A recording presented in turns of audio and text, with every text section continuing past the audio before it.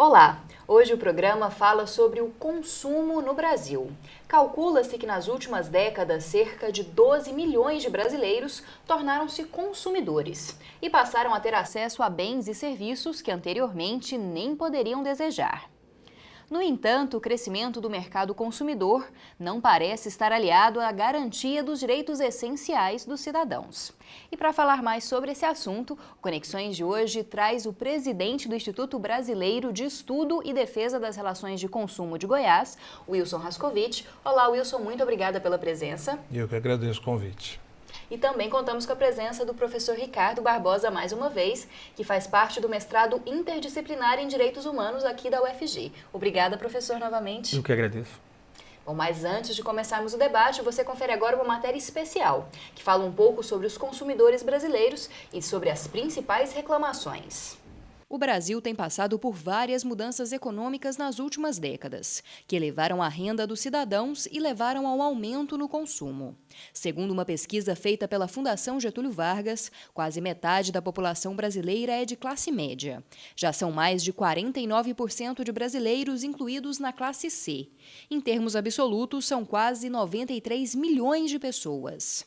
Para a FGV, uma família é considerada de classe média quando tem renda mensal entre R$ 1.064 e R$ 4.591. E com cada vez mais gente entrando no mercado consumidor, maior é o número de reclamações que são recebidas pelos órgãos de defesa. As cobranças indevidas feitas por empresas são as principais reclamações dos consumidores. E essas queixas são, na maioria das vezes, feitas contra as instituições financeiras, como os bancos. Segundo o Procon Goiás, dentre as 5 empresas que tiveram mais problemas com os consumidores no mês de janeiro deste ano, 4 eram bancos. Outro foco de problemas com o consumidor tem sido as construtoras e imobiliárias. Mas estamos vivendo com alguns pesadelos, como é o caso da casa própria, apartamento, essa venda de imóveis, e aí que a pessoa prepara durante quase toda a sua vida para a aquisição do seu espaço para morar. Infelizmente é a realidade no Brasil, e nessa aquisição desse imóvel está tendo muito pesadelo, portanto muitas reclamações contra construtoras e incorporadoras também. Discrepâncias entre o acordo feito entre as partes e o que é colocado no contrato é um dos problemas mais relatados pelos consumidores, como ocorreu com a filha de seu Gildo. Um casal de surdos, que seria minha filha e um genro. Eles tentaram fazer um negócio com uma construtora. Na hora de concretizar a venda, mudou totalmente daquilo que foi combinado com a corretora. O consumidor que se sentir lesado em qualquer relação comercial pode procurar os órgãos de defesa do consumidor, como o Procon estadual e o Procon municipal. O primeiro passo é buscar os órgãos de defesa do consumidor. O Procon está atento. A Delegacia de Defesa do Consumidor está preparada, aí recebendo as reclamações, e estamos trabalhando numa linha de conscientização, de formação de cidadania. A formação de cidadania ela é bem mais ampla a partir do momento que as pessoas buscam os seus direitos e respeitam o direito dos outros. Bom, para começar, queria falar aqui com o presidente do IBDEC Goiás. Bom, as instâncias que defendem o consumidor são muito bem vistas pela sociedade, que geralmente reclama de outros serviços ligados à justiça. De que forma que o direito do consumidor ele se desenvolveu tanto ao longo dos anos e ganhou essa relevância que ele tem hoje?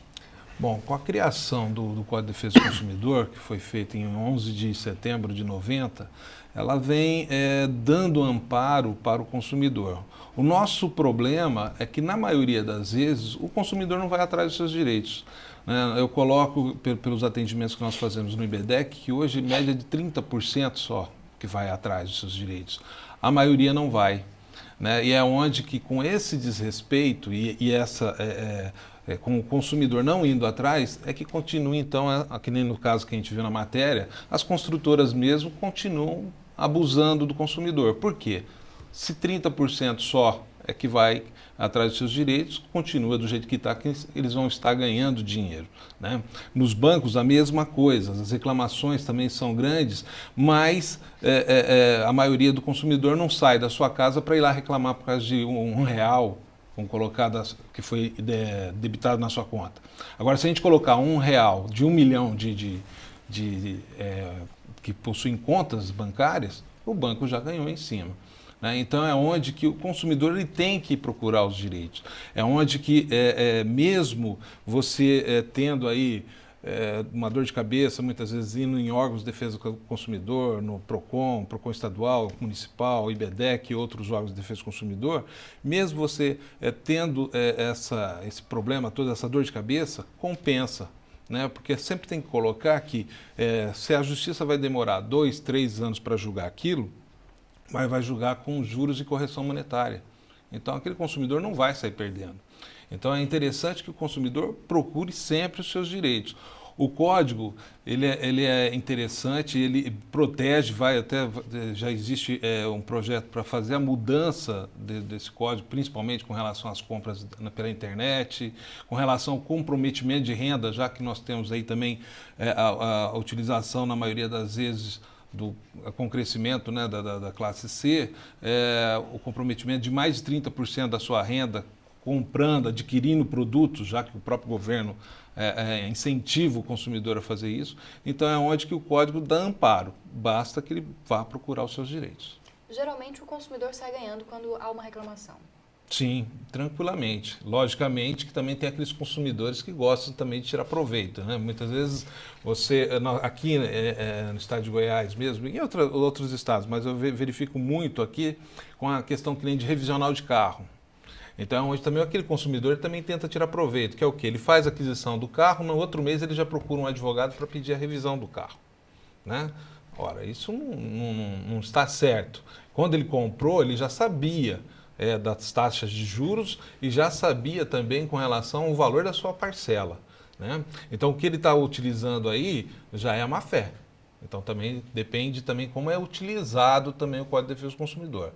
Né? E hoje, que nem nesses casos de revisional de carro, hoje o próprio Poder Judiciário vem dando ganho de causa para as financeiras, já que hoje muitas vezes são taxas pequenas que você tem, que foi lesado. Então muitas vezes foi lesado em R$100, R$200, que não compensa muitas vezes pagar um advogado para isso.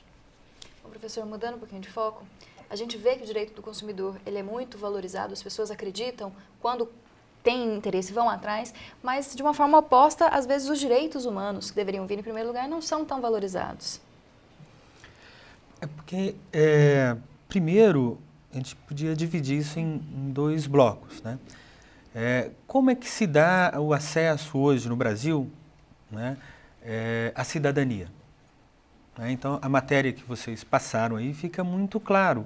Né? Quando a gente chama de classe média brasileira, dos 98 milhões da classe média brasileira, qual que é o indicador que aquele cidadão passou a sair da linha da miséria e ascendeu à classe média? Ele passou a ser consumidor.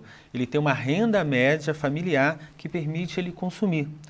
Né? Então, quando você faz isso, né, a gente pode perguntar, essa inserção, né, a cidadania via o consumo, ou seja, eu tenho o cidadão como consumidor.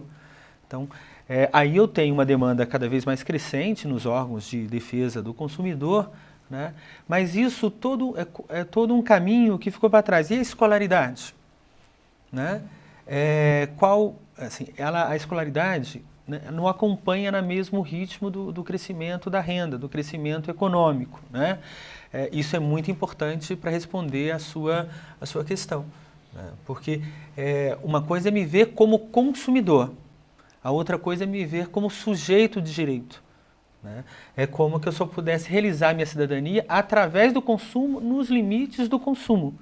Né? E não como um cidadão integral em relação à saúde, em relação à escola, em relação à proteção individual, em relação à segurança. Né? Isso fica simplesmente subsumido.